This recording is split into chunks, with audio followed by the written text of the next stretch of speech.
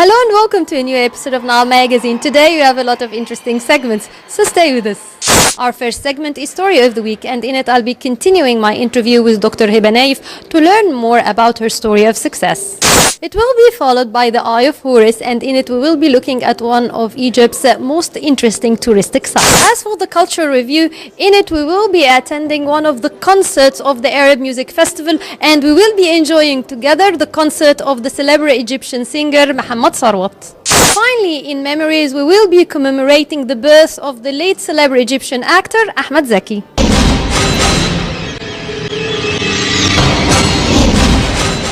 Now it's time for Story of the Week. It's time to continue my interview with Dr. Heba Nayef, the Vice Dean of Instructional Affairs at the Faculty of Language and Communication. Actually, in the previous episode, we've learned about why did she choose to attend the Faculty of Al-Alsun and to study English and linguistics. And also, she is a professional in translation, international arbitration. She studied Egyptology. And we will be learning more in this episode about her story of success.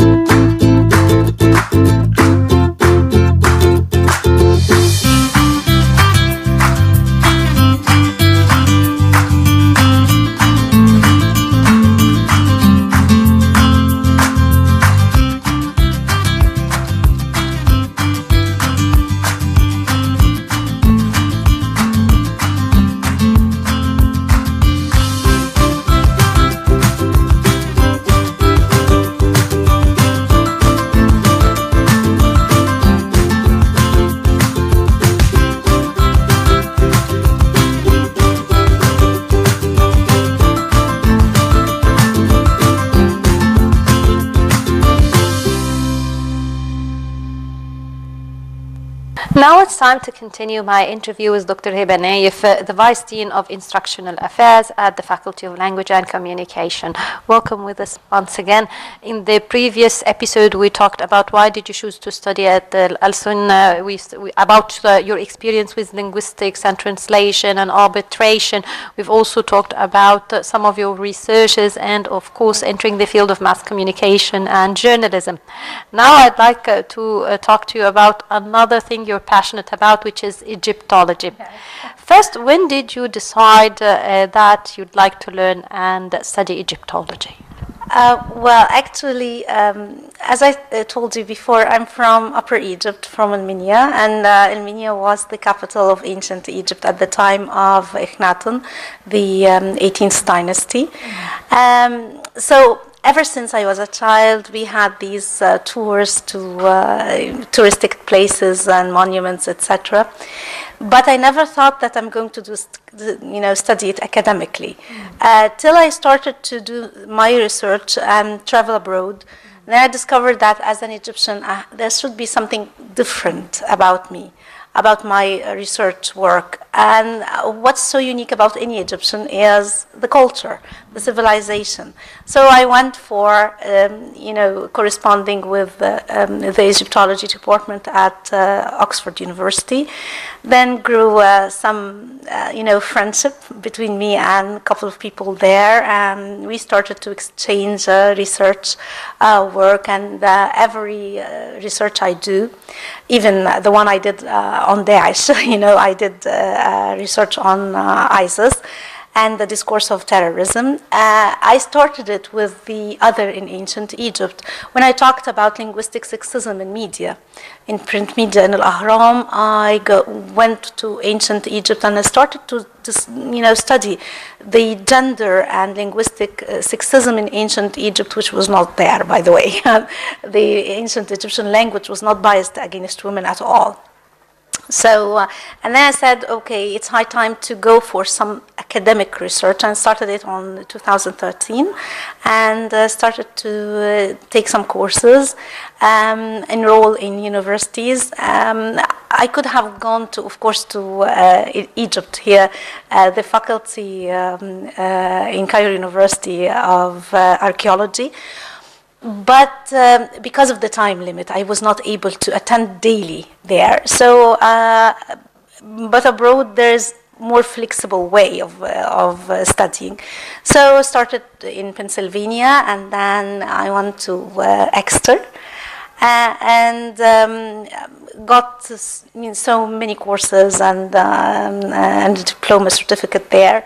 And it's an interesting field, of course, because whenever I'm doing an assignment, I'm talking about my own history, which fills you with a lot of pride all the time.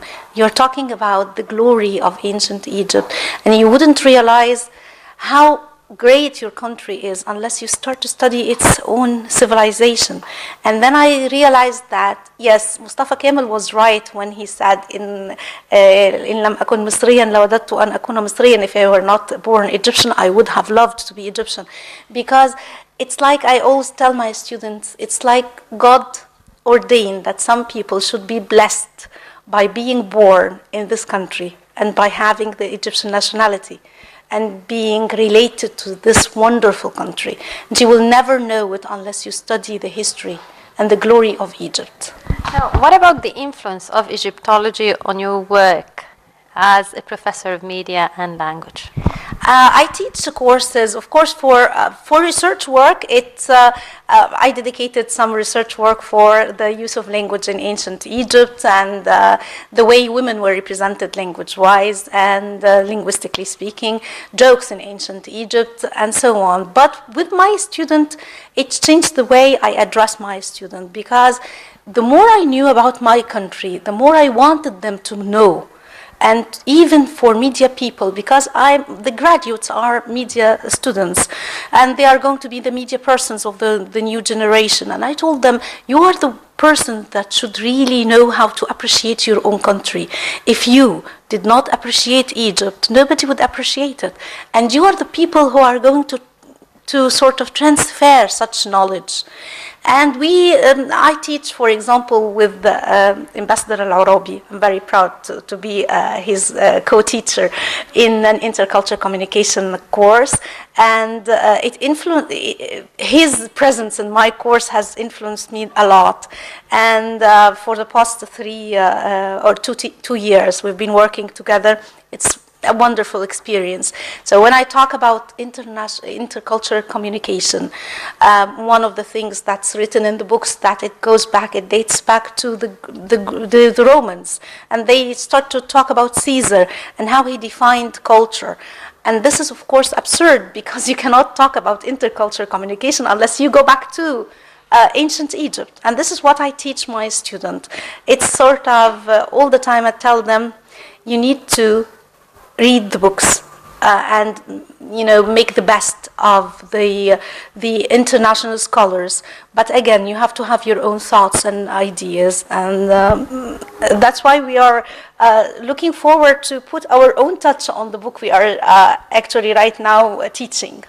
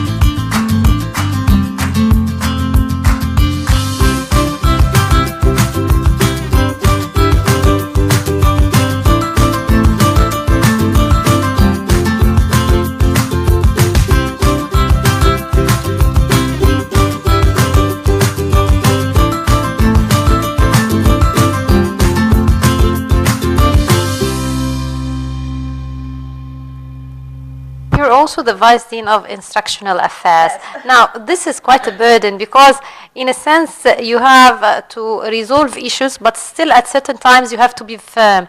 So tell me more about being a Vice Dean, dealing with the faculty, the parents, and the students at the same time. Vice Dean of Instructional Affairs is somebody who is responsible for, the material, the doctors, the teachers, and exams, etc.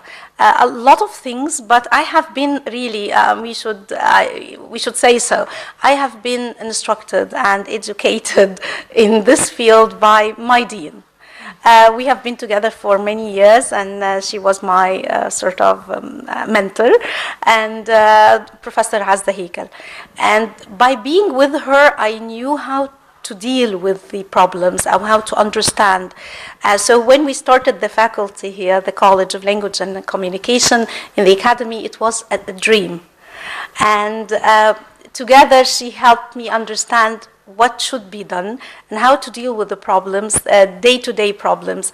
So by being with her, I was educated. That's why you cannot just grow up as a vice dean out of the blue. You need, first of all, to be here, as I was her assistant first, and then she took me to meetings, and I started to see how things should be run. And I'm really grateful for her for this, because otherwise I wouldn't know how to deal with the problems on my own. And how to understand. So I monitored her closely till I got this idea how to run the place. Doctor, you've traveled to many countries. You told me that it varied the duration of time you spent, sometimes months, sometimes less than that. Now, out of the many countries you've been to, which country really inspired you the most? Egypt. The problem is that I'm so much fascinated by my own country. So when I go abroad, I love traveling, of course, and I love meeting people, and they are very nice, and they add, each person you meet adds to you. But if you live in Egypt, it's very difficult for you to be affected or influenced by any other culture. You can't have this. I mean, whenever I go, I just say it. I talk about my country.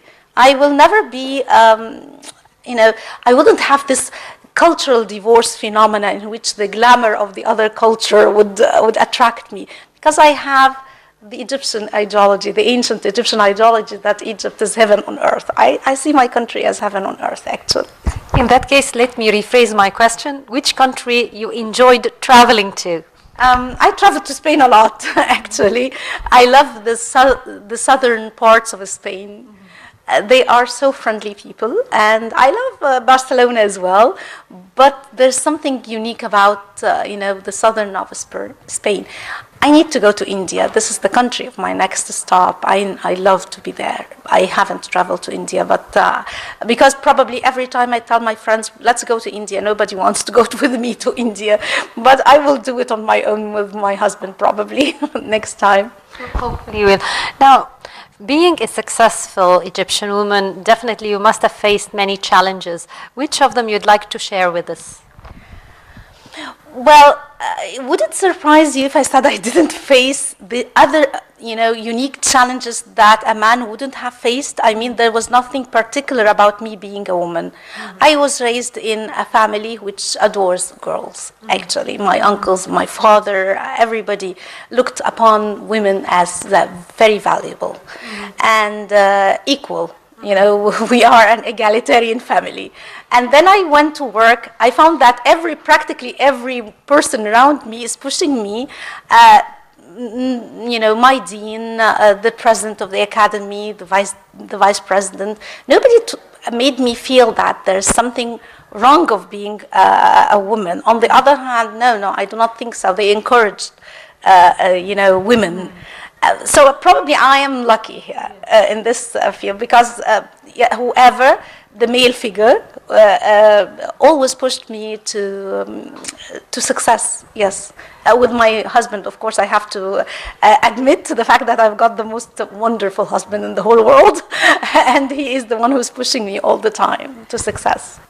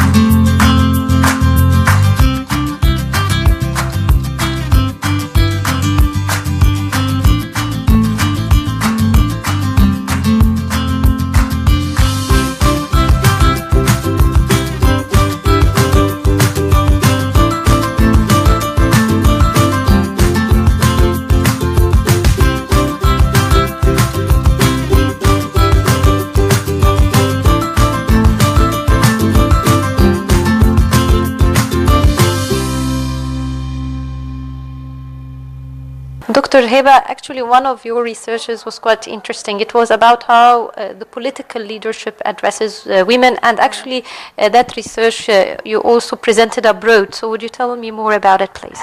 Actually, I wrote the research for the Language and Gender conferences.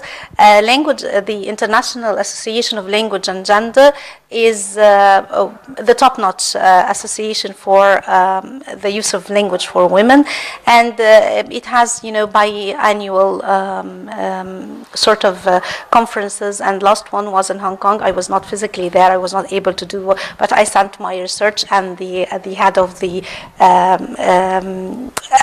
association read it.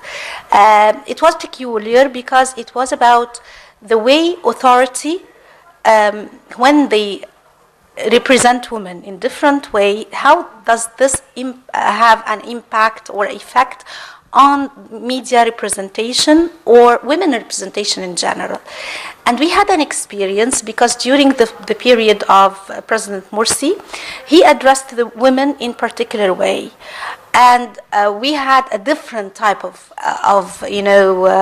President Mubarak did not address women.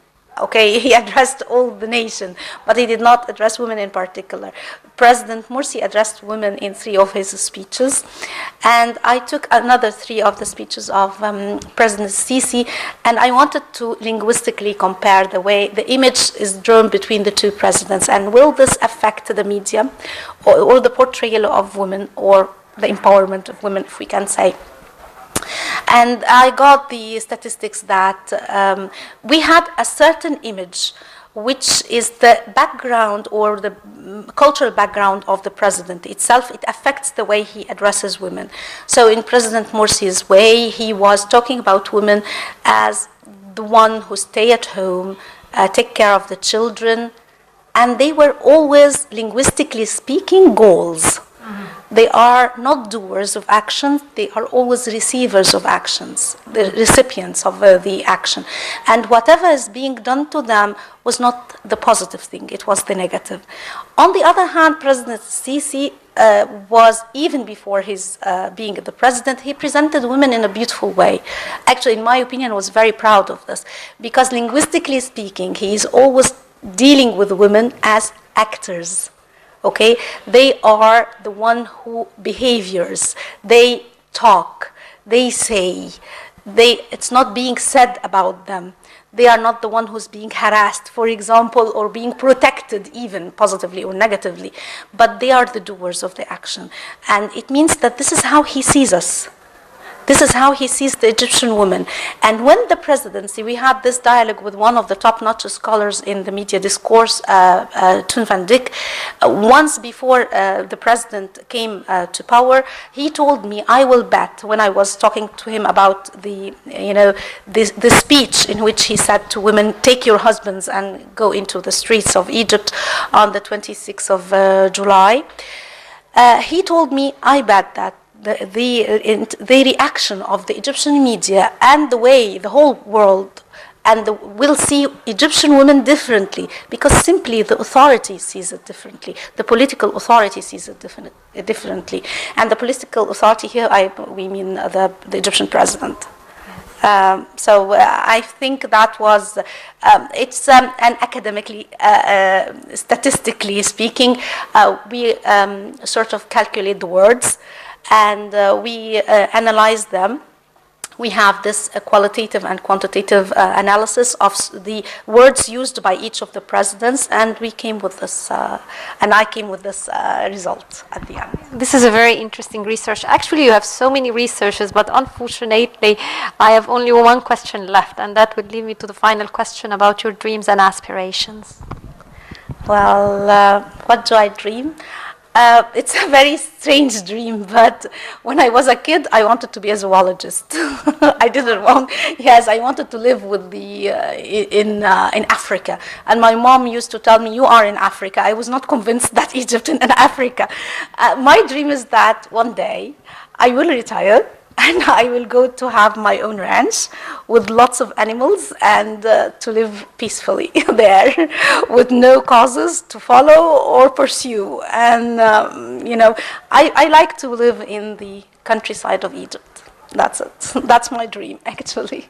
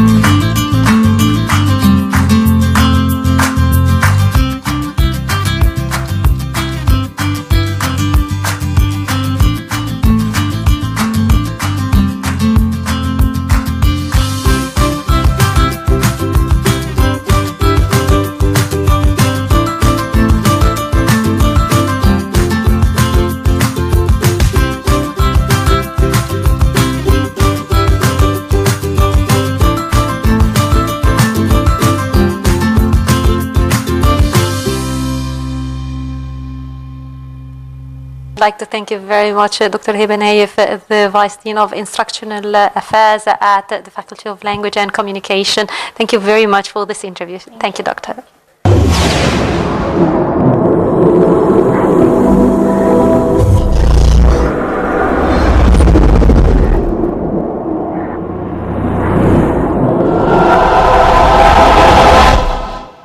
Now it's time for the Eye of Horus. It's time to visit at the Manial Palace, the palace of Prince Muhammad Ali, which was constructed between 1901 and 1938.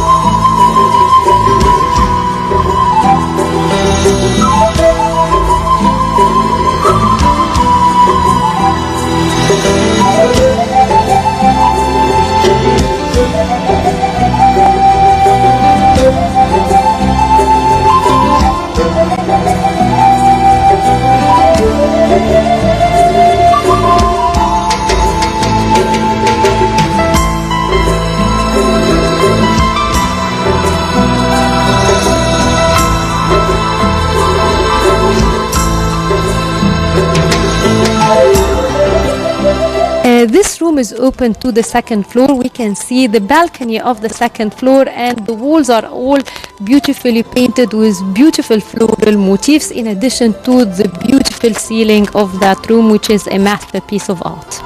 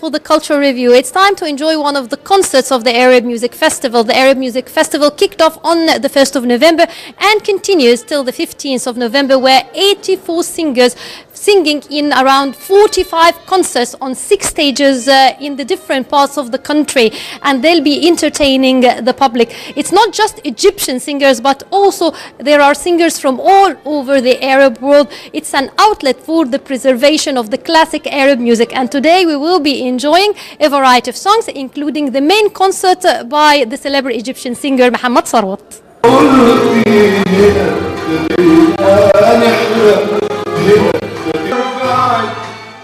Celebrity Egyptian singer Mohammed Sarwat has recently performed a concert as part of the Arab Music Festival's 26th session at the Grand Theatre Hall of the Cairo Opera House.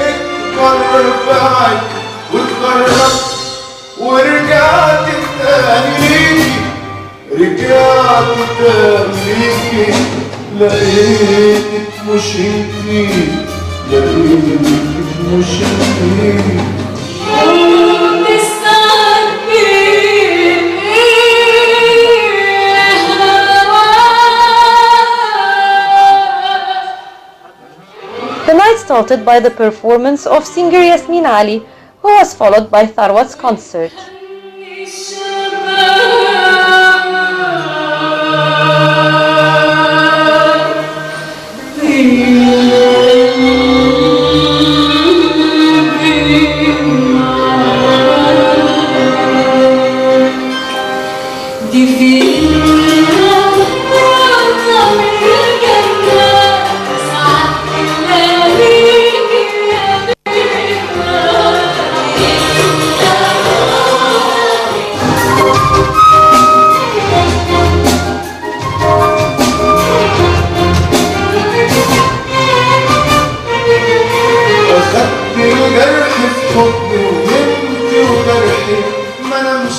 Sarwat is known for singing national, religious, emotional and children's songs. His songs were composed by leading composers including Muhammad Abdul Wahab, Muhammad Al-Mugi, Munir Murad, Muhammad Sultan, Hilmi Bakr and Ammar Al-Shiriai.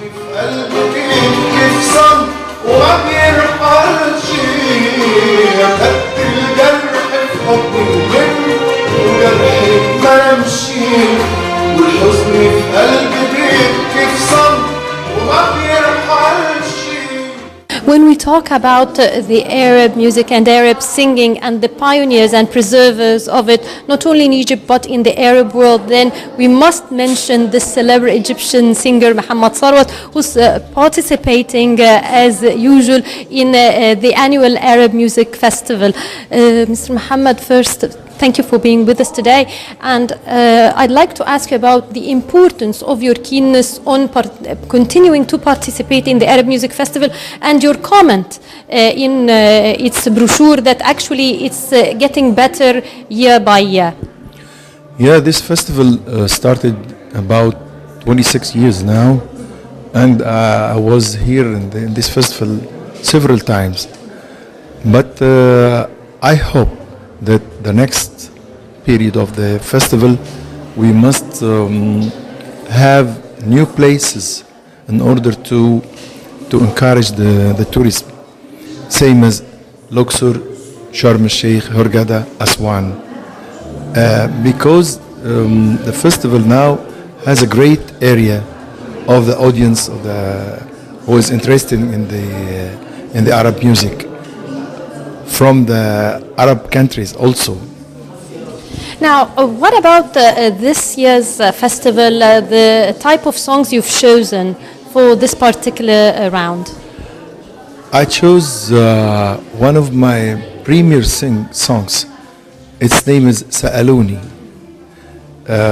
This is the third song for me. It's written by Omar Battisha and the composer is Khalid Al-Amir. Also, Wara' al-Shagar, written by Abnoudi and the composer Gamal Salama. My long song, its name is Ya Hayati. It's the first sentimental song which my teacher, Mr. Abdul Wahab, make it for me, and it's written by Mr. Abdul Wahab Muhammad. And also I'm going to sing for Mr. Abdul Halim Hafiz because this is the occasion of 40 years about his departure from our world. and also the singer Farid Al-Atrash. I love him, and I'm going to sing Mush Kifaya. For that, I chose these songs, and I hope that they will enjoy it. You're one of the few Arab singers who's keen to preserve the Arabic music. You did not go to what we call the modern song. Even when you did it in a classic and a very artistic style. Now, what can we do as, of course, for you as an artist and, of course, the media, to preserve the Arab music? We must restore again the broadcasting and the television, the official, because they are the devices who can prevent the art, who can give them a push, who can also help the new voices. This is the only solution. What about the singers? Why are the singers going to more colloquial song? Is it an easy way out of singing? It depends on the rhythm. The problem in these songs is the rhythm. But if the voice have efficiency, if he have the capacity to do the melody, the oriental melody, it needs something. It needs efficiency.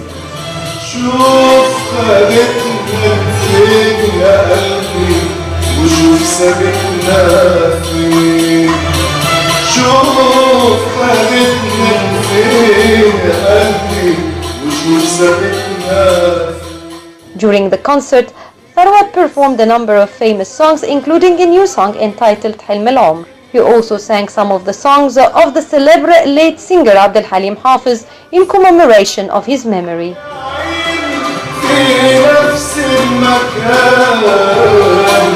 في سكة زمان رجعين في سكة زمان في نفس المكان ضايعين في نفس المكان. أنا من الحقيقة من المهرجان رقم 4. I'm keen to attend the annual concerts of the Arab Music Festival. I've been attending its activities since its 4th round. Today I've come to attend the concert of celeb singer Muhammad Tharwat. The Arab Music Festival is a fine venue that offers quality music and singing. It plays an important role in preserving the classic Arab music and singing. Attending its concerts fills me with positive energy. بتعمل فيا طاقة. بتصحي بطريقة طويلة وقليل السنين والسما بتبكي علينا وتلاقي الحزين. The Arab Music Festival is an annual event that celebrates classic and traditional Arab music. It was first held in 1992, and since then the festival has been an occasion where the top Arab instrumentalists, singers and ensembles from around the world gather to perform.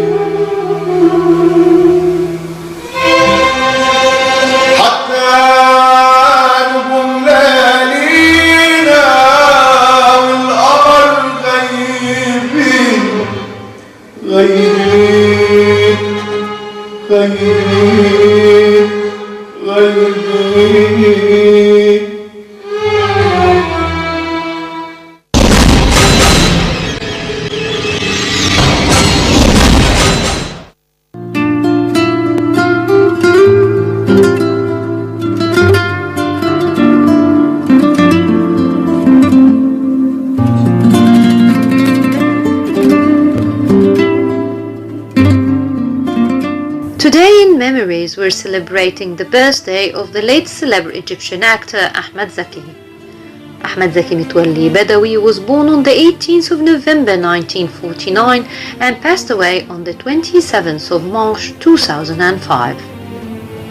He's widely regarded as the greatest and most talented male star in the history of Arab cinema. Ahmed Zaki was born in the city of Zaazee. He graduated from the Aziz Craft School in 1967. Then he traveled to Cairo to study cinema. He graduated from the Cairo Higher Institute for Drama Studies in 1974. His first acting role was as a room service attendant in the comedy play Hello Shalabi. He managed to make an impressive comic sketch, notably impersonating the celebrated villain actor Mahmoud al-Miligi. هتحط على الفيران بنزين هتطلقها في الغيط هيولع هتتجوز سنوبة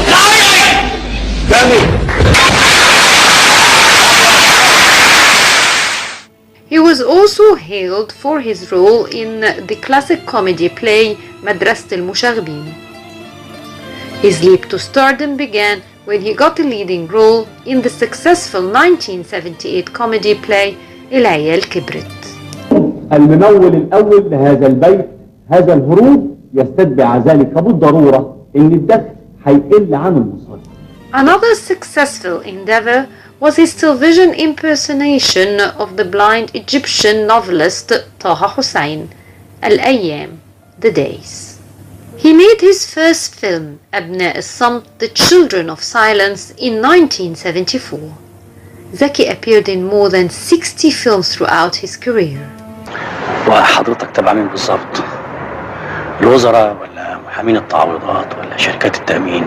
غبي وجاهل ومغرور. هي كلمة واحدة هقولها لك. ابعد عن القضية دي. مش هيمنعني عنها غير الموت. He also starred in the famous 1980s television comedy musical series هو وهي, co-starring سعاد حسني. هو وهي هي وهو هو وهي هي وهو هو وهي وهي وهو وهي. Zaki also starred in a series of successful action movies during the mid and late 1990s. Two of his greatest successes were playing the role of two of Egypt's presidents, the first Gamal Abdel Nasser in Nasser 56 and the second the role of President Anwar al-Sadat in the movie Ayyam al-Sadat. Some of his most important movies were أبناء الصمت in 1974, العمر لحظة in 1978, اسكندرية لي in 1978, شفيقة ومتولي in 1979, موعد على العشاء in 1981, البداية in 1984, the TV series هو وهي in 1985, البيه البواب in 1990, ناصر 56 in 1996, اضحك الصورة تطلع حلوة in 1998, أيام السادات in 2001, معالي الوزير in 2003, and حليم in 2006.